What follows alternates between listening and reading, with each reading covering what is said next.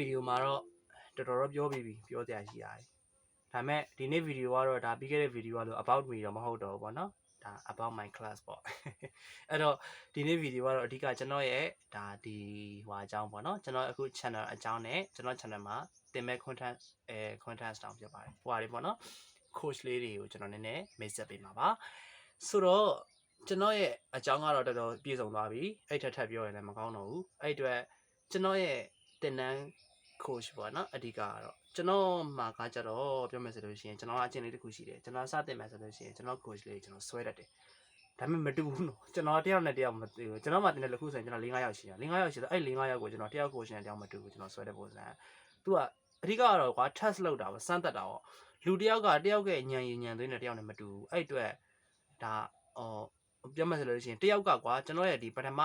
coach နဲ့အဆင်ပြေပေမဲ့ဒုတိယတစ်ယောက်ကကျတော့အဲ့ coach နဲ့အဆင်ပြေချင်မှပြေမယ်ဒါလိုရှိတယ်ပေါ့နော်ကျွန်တော်ကသိပြီးတော့လဲစီးမင်းတွေကိုပုံသေးပေါင်းသေးသိမှတ်တတ်တဲ့ကောင်မဟုတ်တဲ့အတွက်တစ်ခါကြလို့ရှိရင်ကျွန်တော်ဝေဘာဂီနောက်မှတင်ပြီး trader လာရှိတင်တာရအောင်ရှိတယ်ကျွန်တော်အဲ့လိုမျိုးတွေတောင်တစ်ခါတလေကြလို့ရှိရင်အပြောင်းလေးလုပ်တယ်အဓိကတက်ဖို့လိုတယ်ကွာသိလားစီးမင်းလိုက်ပြီးမတက်ရင်လည်းလကားပဲပြောချင်တာသိတယ်မလားအဲ့အတွက်ကျွန်တော်ကတိတ်စီးမင်းတွေ queue ဆက်တဲ့လူမဟုတ်တဲ့အတွက်ကျွန်တော် coach လေးကျွန်တော်ဆိုဒါပေမဲ့ဒီမှာကတော့မရဘူးဒီမှာကတော့အဲ့လိုကျွန်တော်လုပ်ချင်တယ်လို့မရဘူးဘာလို့လဲဆိုတော့ဒါကကြတော့အများနဲ့အဆင်ပြေမဲ့နော်အများနဲ့အဆင်ပြေမဲ့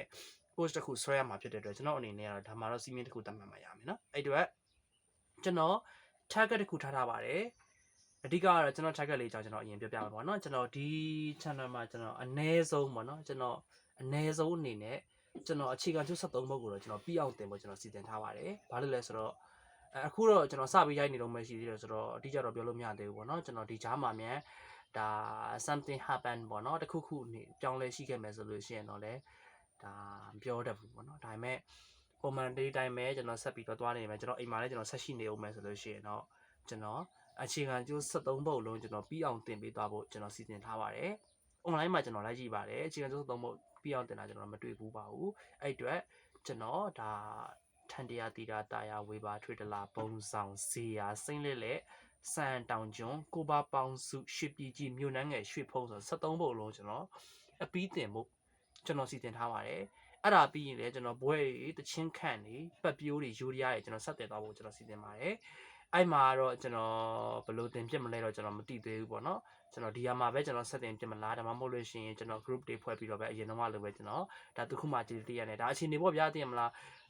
လိုအပ်လို့သွားရမှာပေါ့နော်ဒါကတော့ပြောတတ်ဘူးပေါ့ကျွန်တော်အနေနဲ့ချင်းချန်ဆောင်လဲသာရှိနေသေးတဲ့အချိန်တွေမှာဆိုလို့ရှိရင်လူတယောက်ဆိုတာလည်းဘာမှခံမှန်းလို့မရဘူးပြပွားတွေကပြောမှဆိုလို့ရှိရင်အနေမြင့်တက်ကြရင်လည်းသွားရတာဖြစ်တဲ့အတွက်အချိန်နေရပါပဲကျွန်တော်အချိန်ကောင်းရင်ကောင်းတယ်လို့ပဲကျွန်တော်ဆက်ပြီးပြန်လာတာလည်းပြုပြီးသွားပါမယ်ဒီမှာ73ဘုတ်ကတော့တရားလောက်ရှိပါတယ်ခင်ဗျာကျွန်တော်ဒီမှာ73ဘုတ်ကတော့ကျွန်တော်ချင်းလေးပေါ့တင်ပေးဖို့ကျွန်တော်စီစဉ်ထားပါတယ်ဂျားမှာဘာမှမဖြစ်ခဲ့ဘူးဆိုရင်ပေါ့နော်အဲ့တော့ပြောချင်တာကကျွန်တော်73ဘုတ်တော့ကျွန်တော်တင်ဖို့စီစဉ်ထားပါတယ်ကျွန်တော်အဓိက trader ထန်တရားစပြီးတော့ရှေ့ဖုံးအထိပေါ့နော်ဒီတော့ coach ကတော့ရှေ့မှာပါကျွန်တော်ကဗီဒီယိုကိုကျွန်တော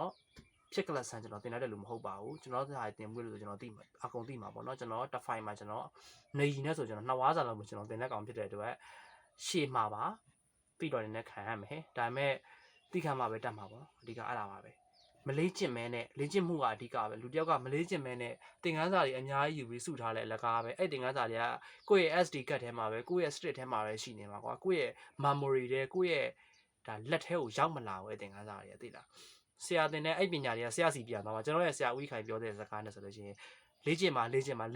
ကိုယ်ပိုင်ပစ္စည်းဖြစ်မှာမဟုတ်လို့ရှိရင်ကိုကြီးခိုင်စီပြန်ရောက်လာလိမ့်မယ်ဆိုတာအဲ့လိုပဲကျွန်တော်ဟာလည်းကျွန်တော်အဲ့လိုပဲဆရာကြီးစကားနဲ့ပဲကျွန်တော်ပြောပြရစီကျွန်တော်သင်ခန်းစာရေးတင်မယ်ဆိုလေ့ကျင့်မှာမလေ့ကျင့်တော့ကျွန်တော်စီပဲပြောင်းလာမှာဖြစ်ပါတယ်အဲ့အတွက်အကုန်လုံးကကိုရအောင်ယူတတ်ဖို့ပဲလိုတယ်เนาะကျွန်တော်နောက်ပြီးတော့ကျွန်တော်ဒီမှာအဓိကတော့ theory ဘိုင်းတွေကျွန်တော်သင်ပေးမသွားမယ် theory ဆိုတာမြန်မာစကားနဲ့ပတ်သက်တဲ့ theory ပေါ့เนาะကျွန်တော်လည်း theory လည်းကျွန်တော်နားမလည်ပါဘူးကျွန်တော်နောက်ပိုင်းနဲ့ပတ်သက်တဲ့ theory ဆိုတာလည်းကျွန်တော်သေချာလဲဟောပြောကျွန်တော်ရဲ့မြန်မာစကား theory တောင်မှကျွန်တော်ကဟိုကဆရာကြီးဦးနိုင်အောင်ဆန်းတို့ဆရာကြီးဦးကျော်မြို့နိုင်တို့အဲ့လိုဆရာကြီးတွေစီမှာကျွန်တော်ဟိုကမေးတီယာမေးနဲ့ကျွန်တော်တက်လာတဲ့များ theory လေးတွေကိုကျွန်တော်ပြန်ရင်းမြောက်ရပေးပါမယ်ဆရာကြီးတွေကိုလည်းကျွန်တော်ကတော့ပြုပါတယ်အဲ့အတွက်ဟိုကျွန်တော်စီမှာတင် ကြားမဲ့လူတွေအနေနဲ့အဆင်မပြေရနားမလဲတာရှိရင်ကျွန်တော်ကိုမေးမြန်းနိုင်ပါတယ်များမေးမှများတက်မှာပါအဲ့အတွက်နောက်ပိုင်းတင် ကြားသူတွေများလာမယ်ဆိုလို့ရှိရင်လည်းကျွန်တော် Telegram group လေးတစ်ခုကျွန်တော်ဖွဲ့ပေးပါအောင်မယ်အားလုံးအတွက်ပေါ့နော်အကုန်လုံးဖွဲ့ပြီးတော့ကျွန်တော်တို့ဒါစကားလေးတွေဗာလေးတွေပြောကြမယ်ပေါ့ဗျာအဲ့လိုတော့ကျွန်တော်စဉ်းစားထားတာရှိပါတယ်ဒါပေမဲ့လောလောဆယ်တော့ဒါနောက်မှဖြစ်လာမယ့်ကိစ္စပေါ့နော်နောက်ပြီးတော့ ဒီကာလာကြီးမှာတော့အားလုံးလည်းအာရုံစိုက်နိုင်ဖို့တော့ကျွန်တော်မမျှော်လင့်ပါဘူးဒါဒီသင်ခန်းစာတွေကနောက်ပိုင်းကျလို့ရှိရင်ကျွန်တော် prepare လုပ်တဲ့သဘောပါနောက်ပိုင်းခေတ်ကာလာကောင်းလာတဲ့အချိန်ကျလို့ရှိရင်ကျွန်တော်အများအနေနဲ့ဒါသင်ကြားနိုင်အောင်လို့ကျွန်တော်ကြိုပြီးတော့ပြင်ဆင်ပေးထားတဲ့သဘောဖြစ်ပါတယ်အဲ့အတွက်အားလုံးအဆင်ပြေပြေချွတ်ချွတ်မှုမိဖြစ်ကြမယ်လို့ကျွန်တော်ထင်ပါတယ်ဒီမှာတော့ကျွန်တော်မာဂီတာတွေကိုကျွန်တော်တည်တတ်တင်ပါပါเนาะကျွန်တော်ကာလာပေါ်ဆိုလို့ရှိလို့ချင်းတစ်ခါတလေလေးဂျားပြက်လေးတွေပါလေးတင်တာတော့ရှိကောင်းရှိနိုင်ပေမဲ့ကျွန်တော်မာဂီတာကိုပဲကျွန်တော်ဒီ channel မှာတည်တတ်တင်ပေးသွားမှာပါအဲ့အတွက် basics ပါเนาะအခြေခံပါကျွန်တော်ဘယ်တော့မှကျွန်တော် basic မတင်ခဲ့ပါဘူးကျွန်တော်တင်လို့ရှိရင်ကျွန်တော်ဖုန်းဆက်ပြီးတင်တဲ့လူတွေကိုပဲကျွန်တော်တင်ပေးပါတယ်အဲ့အတွက်ကျွန်တော် basics ကိုတော့ဒါဒီ channel မှာတော့ပထမဦးဆုံးကျွန်တော်စပြီးတော့ဖွင့်လှစ်မှာပေါ့နော်ဆိုတော့နောက်ရက်ကျွန်တော်ဒါ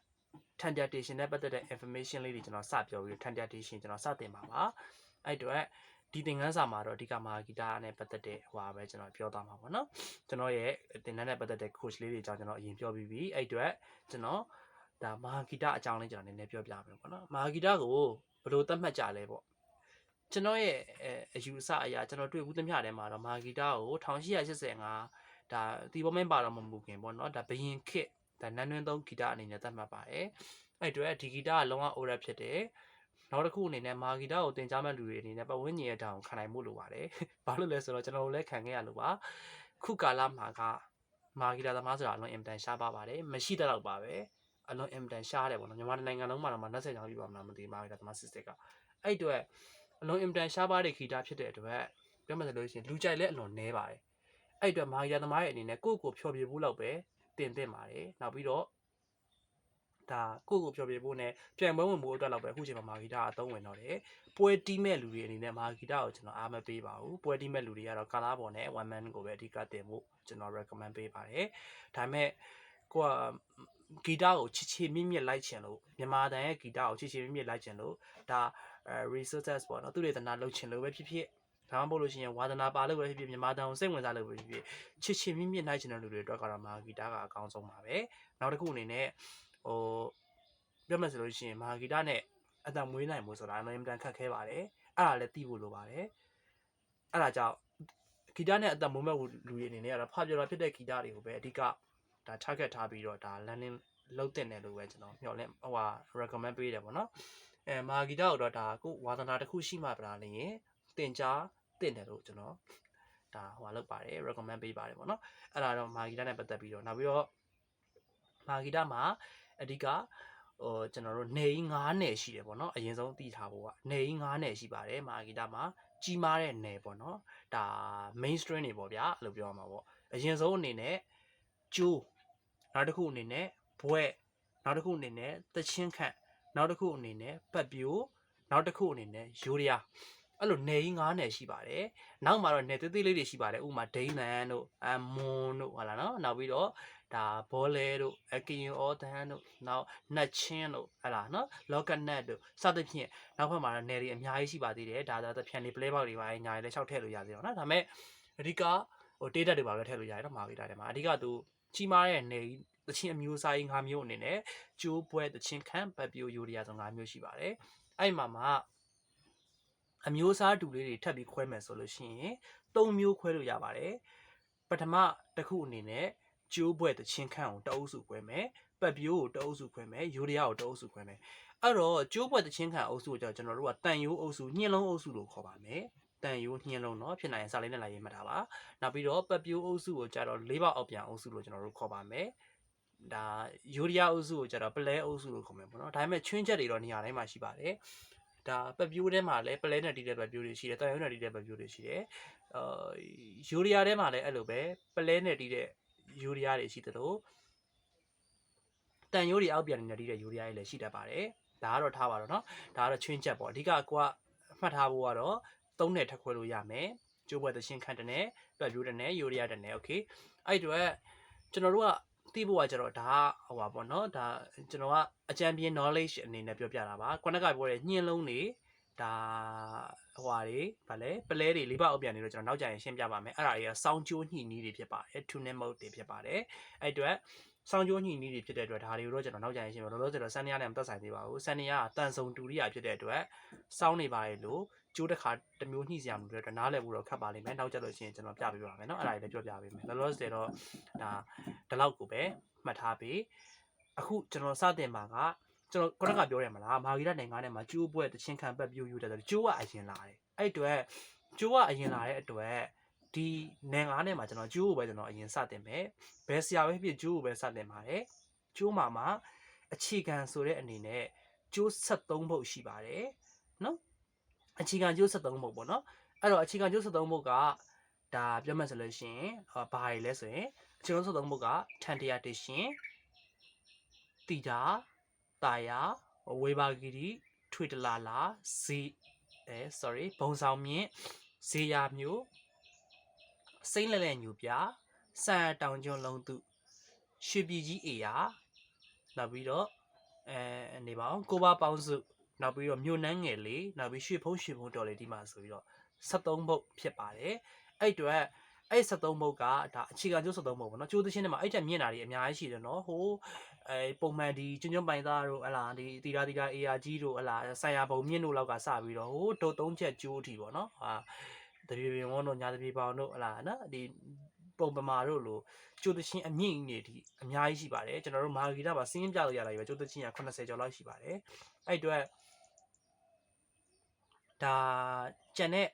ဟိုဟာတွေကတော့ကျိုးသချင်းတွေကြောင့်တော့ကျွန်တော်နောက်ကိုကြုံလို့ရှင်းပြပေးသွားမယ်ပေါ့နော်နောက်ပိုင်းတင်ရင်လည်းတင်ပြသွားပါလိမ့်မယ်လောလောဆယ်တော့73ဘုတ်အကြောင်းပဲကျွန်တော်တို့အရင်ပြောမယ်ပေါ့နော်73ဘုတ်က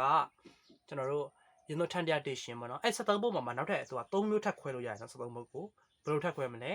ကလတ်ဖောင်လာတာနုံးကအဲ့တော့ကလတ်ကျိုးရယ်ဖောင်ကျိုးရယ်တာနိုးကျိုးရယ်ဆိုပြီး3မျိုးထပ်ခွဲလို့ရပါတယ်73ဘုတ်မှာပါနော်အဲ့အတွက်ကလတ်ကျိုးကအရင်လာတယ်ဖောင်ကျိုးကဒုတိယလာတယ်တာနိုးကျိုးကတတိယလာတယ်အဲ့အတွက်ကလတ်ကျိုးကအရင်ဆုံးကျွန်တော်တို့စပြောမယ်ဆိုလို့ရှိရင်ကလတ်ကျိုး9ဘုတ်ရှိပါတယ်ကလတ်ဆိုတဲ့ဒါခေါင်းစဉ်အောက်မှာကျိုး9ဘုတ်ရှိပါတယ်နော်အဲ့တော့အရင်ဆုံးပထမဦးဆုံးကလတ်ကျိုးကထံပြတေရှင်ဒုတိယကလတ်ကျိုးကတီတာမြသားတတိယကလတ်ကျိုးကတာယာမြီလေကျွေစရုထကလတ်ကျိုးကဝေဘာဂီရီတောင်နယ်တွင်နောက်ပြစ်စမကလတ်ကျိုးကထွေတလာနေမတာဆိုတော့ဒီကလတ်ကျိုး9ဘုတ်ထပ်ပြီးတော့ကျွန်တော်တို့တည်ရှိတယ်ပေါ့နော်အဲ့မှာအဲ့ကလတ်ကျိုး9ဘုတ်ကိုမှကျွန်တော်နာမည်အသေးလေးတွေထပ်ခွဲပါတယ်ထန်တရားတေရှင်ကိုပဇင်းတောင်တန်ကျိုးလို့ခေါ်ပါတယ်တီတာမြသားကိုကလတ်ကြီးကျိုးလို့ခေါ်ပါတယ်တာယာမြီလေကျွေးတာယာရောဖြစ်တာယာမြီလေကျွေးကိုဒါကလတ်ငယ်ကျိုးလို့ခေါ်ပါတယ်ဝေဘာဂီရီတောင်နယ်တွင်ကိုဒါညွန့်တက်တန်တာစင်မင်းကျိုးပေါ့နော်အဲ့လိုခေါ်ပါတယ်ထွေတလာကိုတော့ body ရွက်တန်ကျိုးလို့ခေါ်တာပေါ့နော် body တန်တာကျိုးလို့လည်းခေါ်တယ်အဲ့တော့ဒီကျိုးသချင်း၅ဘုတ်ကဒါကျွန်တော်ကအကြံပြင်းပြောလိုက်တာပေါ့နော်ဒါနောက်ကျရင်သေးထပ်ရှင်းပြပါမယ်ဟိုချင်းတစ်ပုတ်ချင်းစီမှာကျွန်တော်ရှင်းပြသွားမယ်ပေါ့နော်ဒါအကြံပြင်းနားလည်အောင်ကျွန်တော်ရှင်းပြတာစာလေးနဲ့လိုက်ရေးမှတ်ထားရင်ပိုကောင်းပါတယ်နော်ဒါကလတ်ကျိုး၅ဘုတ်ကလတ်ကျိုး၅ဘုတ်ကိုဒါကျွန်တော်တို့ဒါအခြေခံအကြဆုံးကျိုး၅ဘုတ်လို့သတ်မှတ်တယ်ပေါ့နော်အဲ့မှာစာရေးဆရာလေးတွေကျွန်တော်ပြောပြပေးပါမယ်အဲ့ကျိုး၅ဘုတ်ကိုရေးတဲ့စာရေးဆရာတွေပေါ့နော်အဲ့တော့ပထမဦးဆုံးကလတ်ကျိုး9ဘုတ်ထဲက4ဘုတ်ပေါ့နော်ထန်တရားတေရှင်ရဲ့တီတာရဲ့တာယာရဲ့ဝေဘာဂီရီရဲ့ဒီ4ဘုတ်ကိုဒါညောင်ရိုင်းခစ်စာဆိုတော့တူဖြစ်တဲ့ဒါဝင်ကြီးပရိသရာစာရေးပါတယ်မင်းပရိသရာစာပေါ့နော်ဝင်ကြီးပရိသရာစာရေးရပါတယ်တိမှာပေါ့နော်ဝင်ကြီးပရိသရာစာတော့ကတော့ဒါအရင်တော့ကကျွန်တော်တို့9တန်းမှာလား10တန်းမှာလားတော့မှတ်ပြီးတော့ပါဘူးတင်မှုပါတယ်နော်ဒါ100တန်ကျိုးဆိုပြီးတော့လေဟုတ်ပါဘူး100တန်ဆိုဟုတ်ပါဘူးအော်100ချင်း sorry 100ချင်းဆိုပြီးတော့ကျွန်တော်တို့တင်မှုရလေဗါလေ100ချင်းပေါ့နော်ဗါလေဟိုဟာနေဥကာလာမြူထာတော့ခါထမ်းမင်ထမ်းလက်ဟုတ်ပါဘူးနေဥကာလာမြူထာတော့ခါရင်းတောင်ရင်းဆွဲဆောင်းမြဲအိုးလွယ်ပါနော်နေဥကာလာမြူထာတော့ခါရင်းတောင်ရင်းဆွဲဆောင်းမြဲအိုးလွယ်ကြောက်မှာပေါ့နော်အဲ့ကျွန်တော်တို့တင်ခဲ့ဘူးပါတယ်ဒါကလမ်းကြုံလို့ဒီပြအဲ့တော့အဲ့လိုမျိုးတင်ခဲ့ဘူးတဲ့ဖြစ်တဲ့အတွက်ဒီစာရေးဆရာတော့အရင်ဒါကျွန်တော်တို့စိမ့်မယ်လို့မထင်ဘူးပေါ့နော်ဝင်ရင်းပြရစာဖြစ်ပါတယ်နောက်တစ်ယောက်ဟုတ်ပါဘူးနောက်ထပ်အဲ့တော့ကျွန်တော်တို့၄ဘုတ်ကပထမကျိုးသချင်းထန်ထတီတာယာဝေပါရဲ့ကျွန်တော်စာရေးဆရာတော့ကျွန်တော်တို့သိသွားပြီပေါ့နော်ဝင်ရင်းပြရစာအဲ့တော့နောက်ဆုံးတစ်ပုတ်ဖြစ်တဲ့ကလတ်ကျိုး9ဘုတ်ကနောက်ဆုံးတစ်ပုတ်ဖြစ်တဲ့ထွေတလာရဲ့စာရေးဆရာမင်းလက်ဝဲတော်ရထားဖြစ်ပါတယ်ခစ်ကတော့ကုန်းပေါင်ခစ်ပေါ့နော်အဲ့တော့မင်းလက်ဝဲတော်ရထားရေးပါတယ်၅ဘုတ်မြောက်ကိုနော်အဲ့တော့ဒါကကလတ်ကျိုး၅ဘုတ်ပြီးပြီပေါ့နော်အဲ့တော့ဖောင်ကျိုး3ဘုတ်ဘုံဆောင်မြင့်စိန်ကြောင်ဖန်ရှင်ပေါ့နော်ပထမတစ်ဘုတ်ဒုတိယတစ်ဘုတ်ကကြတော့ ဇေယျမျိုးရွှေတော်ရွှေလေးတက်တဲ့ဘုတ်ကကျတော့စိတ်လက်လက်ညိုပြဇေယျအောင်ခံအဲ့တော့အဲ့3ဘုတ်ကိုကျတော့ကျွန်တော်တို့တင်တဲ့ပေါ့ဟိုလောက်တဲ့ဗာလေရေးတဲ့စာရေးဆရာကကျတော့မြဝတီမင်းကြီးဥစပေါ့နော်ဥစလည်းသိကြမယ်လို့ထင်ပါတယ်ဥစတော့နာမည်ကြီးတာဥစပဲရှိပါတယ်မြန်မာနိုင်ငံမှာအဲ့တော့မာဂီတရဲ့ဖခင်အကြီးမားဆုံးဖခင်မြဝတီမင်းကြီးဥစပေါ့နော်ဥစရေးခဲ့တဲ့တချင်း3ဘုတ်ဖြစ်ပါတယ်ကြောင်းမှာပေါ့ဥစဆိုလို့ရှိရင်ဗာနဲ့တွဲမြင်တယ်ထူးမချနာနဲ့တွဲမြင်မှာပေါ့နော်ထူးမချနာတော့ပါတော့ ਨੇ အဲ့ဥစရေးခဲ့တဲ့3ဘုတ်ဖြစ်ပါတယ်အဲ့3ဘုတ်ကနော်အဲ့တော့အဲ့3ဘုတ်တည်ပြီပေါ့နော်အဲ့တော့နေဟိုဟာအဲ့3ဘုတ်ကနာမည်သေးသေးလေးတွေလည်းရှိပါသေးတယ်ဘုံဆောင်မြင့်ရဲ့နာမည်ကဖောင်လားကျိုးဇီယာမျိုးရဲ့နာမည်ကဖောင်ငင်ကျိုးစိတ်လက်လက်ရဲ့နာမည်ကဖောင်ဆိုင်ကျိုးဖြစ်ပါတယ်โอเคအဲ့တော့ဖောင်ကျိုး3ဘုတ်ပြီးပြီအဲ့တော့ကလက်ဖောင်လားရပြီနောက်ထပ်တာနူးငါတာနူးငါကျတော့တာနူးပြော့ပွဲကျိုး5ဘုတ်ကိုပြောချင်ပါတယ်တာနူးပြော့ပွဲကျိုးလို့သူကခေါင်းစဉ်အောက်မှာခေါ်တယ်ပေါ့နော်ဟို3ဘုတ်ကိုကျတော့ဖောင်ကျိုး3ဘုတ်လို့ခေါ်တယ်ပထမ5ဘုတ်ကိုကျတော့ကလက်ကျိုး5ဘုတ်လို့ခေါ်တယ်အဲ့တော့တာနူးပြော့ပွဲကျိုး5ဘုတ်ကကျတော့ကျွန်တော်တို့ဒါဟိုပါပေါ့ပထမဦးဆုံးအနေနဲ့ဆန်ရတောင်ကျွန်းလုံးသူနော်နောက်ပြီးတော့ရွှေပြည်ကြီးအေယာတီထွန်းကြောက်မြို့လေးနောက်တစ်ပုဒ်ကကျတော့မြို့နန်းငယ်လေးတာယာမြို့ငယ်ကိုနောက်တစ်ပုဒ်ကကျတော့ကိုပါပေါင်းစုမျက်ရှင်နောက်တစ်ပုဒ်ကကျတော့ရွှေဖုံးတော်လေးဒီမှာအဲ့တော့အဲ့ဒီ5ပုဒ်ကိုကျတော့ဒါကျွန်တော်တို့ဟိုလို့ခေါ်တာပေါ့နော်တာနူးပြော်ဝဲကျိုး5ပုဒ်လို့ကျွန်တော်တို့ခေါ်ပါတယ်အဲ့တော့အဲ့5ပုဒ်မှာလည်းနာမည်သေးလေးတွေရှိပါတယ်အဲ့မှာဆန်ရတောင်ကျွန်းလုံးသူကိုကြတော့ဒါကျွန်တော်တို့ဖုံးတော့ပွဲကျိုးလို့ခေါ်တာပေါ့နော်နောက်ပြီးတော့ဇေပေါ့ဟိုပါလေရွှေပြည်ကြီးအေယာတီထွန်းကြောက်မြို့လေးဆိုတော့ကြောက်ညောင်းမြို့ပွဲလို့ခေါ်ပါတယ်နောက်ပြီးတော့မြို့နန်းငယ်လေးတာယာမြို့ငယ်ကိုကျတော့မြို့နန်းပွဲလို့ခေါ်ပါတယ်နောက်ပြီးတော့ကိုပါပေါင်းစုမျက်ရှင်ကိုကျတော့မြို့ပွဲလို့ခေါ်ပါတယ်နောက်ပြီးတော့ဟိုကျတော့ရွှေဖုံးတော်လေးဒီမှာတော့ဖုံးတော်ပွဲပေါ့နော်အဲ့5ဘုတ်ဖြစ်ပါတယ်အဲ့5ဘုတ်ကိုလည်းရေးတဲ့စာရေးဆရာတယောက်တည်းပါပဲမြောက်ရီမင်းကြီးဦးစပဲရေးပါတယ်ပေါ့နော်အစောပိုင်းမှာတော့ဒီသချင်းတွေနဲ့တန်တူကြောင်ငွဲတွေတော့အများကြီးပေါ်ခဲ့တယ်လို့ကျွန်တော်တို့ကြားခဲ့ပါတယ်ဒါပေမဲ့ဒါတွေကစင်းမပြနိုင်တဲ့အတွက်အဲ့ဒါတွေအားလုံးကိုပြတ်ဖြတ်ပါတယ်အဲ့တော့ဒီမှာကျွန်တော်တို့ခုနကပြောကလက်ဖောင်လာတာနုံးကကလက်ကျိုး5ဘုတ်ဖောင်ကျိုး3ဘုတ်တာနိုးကျိုး5ဘုတ်ဆိုတော့3ရက်5ရက်3ရက်ပေါင်းတော့73ဘုတ်အဲ့တော့အခြေခံကျိုး73ဘုတ်ဖြစ်ပါတယ်ကျွန်တော်တို့အခုအရင်ဆုံးဒါကတော့ကျွန်တော်ဟိုပါပေါ့နော် generally ကျွန်တော်ရှင်းပြတာရေဘူးရအဖြစ်ကျွန်တော်တို့နားလည်အောင်ကျွန်တော်တို့ရှင်းပြတာပေါ့နော်အဲ့တော့ဟိုအချမ်းပြင်းရှင်းတဲ့သဘောပေါ့ဗျာအဲ့တော့အရင်ဆုံးကျွန်တော်တို့စတင်မှာကတော့ဒါကလက်ကျိုး5ဘုတ်တွေကထန်တရာတေရှင်ကိုကျွန်တော်တို့စတင်မယ်ပစင်းတောင်တန်ကျိုးဖြစ်ပါတယ်โอเคနောက်ဗီဒီယိုမှာကျွန်တော်စပါမယ်ခင်ဗျာကျေးဇူးပါ